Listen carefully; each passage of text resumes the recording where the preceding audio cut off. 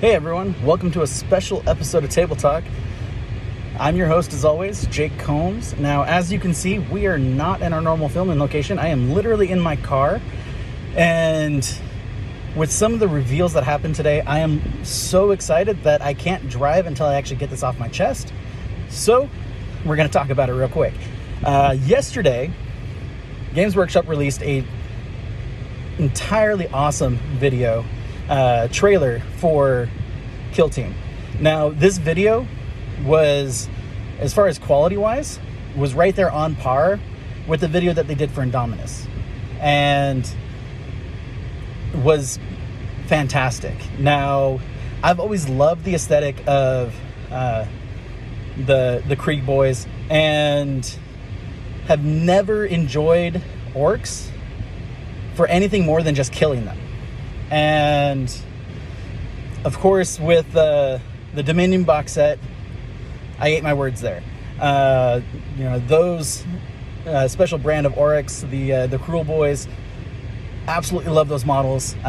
Even the Hobgrots are pretty cool. They are basically the worst of the group, and they're still pretty awesome. But with that being said, this trailer was amazing, and I played it for my father-in-law, who loves the models, he loves the art, but rarely plays anything. And he was literally laughing by the end of the video because he did not see that explosion coming. And honestly, I didn't think it was going to happen at the end. It was so awesome. Again, the animation team did a fantastic job. Now, as far as the reveals today go, they actually revealed the Kill Team game, and that was one of my concerns with the video, is it wasn't 100% clear if it was an ad for like a animation thing for Warhammer Plus, or if it was a new version of Kill Team. The least likely scenario is that it could have been for a video game, a trailer for one, but I didn't think it was going to be that one based on the end scene. But I was mostly sure that it was going to be a new version of Kill Team. So when they released the announcement in the preview today, I was not surprised.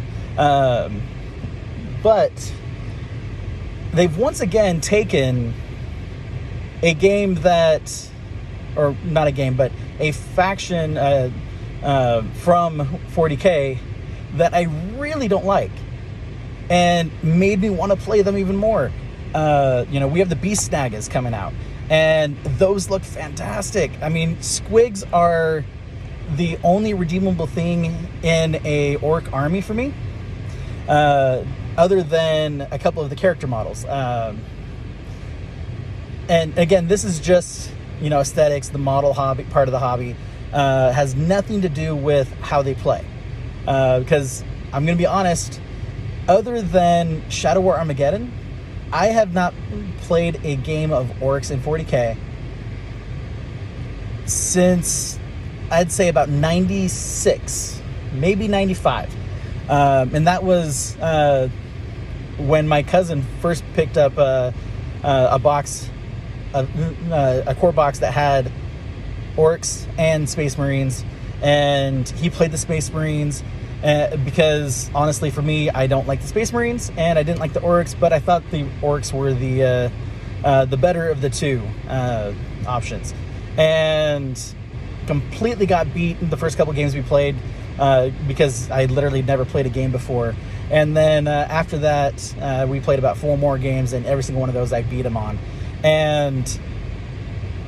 But I never got to a point where I actually liked an Orc army.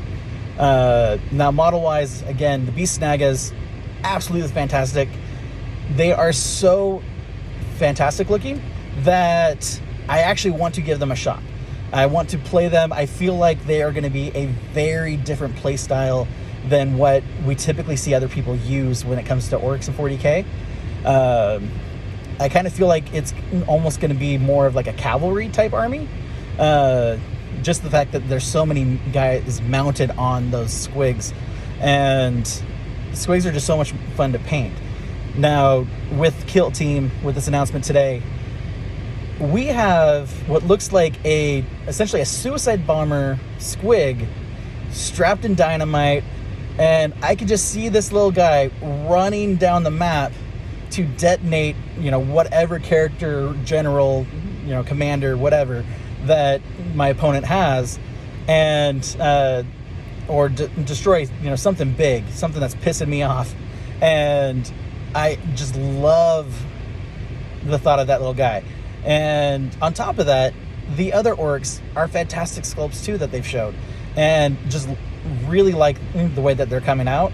And on top of that, the Krieg guys, I've always loved their aesthetic. They are very World War II, in the trenches aesthetic that just looks entirely awesome. And the fact that you're putting them in 40K, and there's so many memes about them basically killing everything with a shovel, makes it more interesting for me to play. And with them being an Imperial Guard or Adeptus Minotaurus or whatever,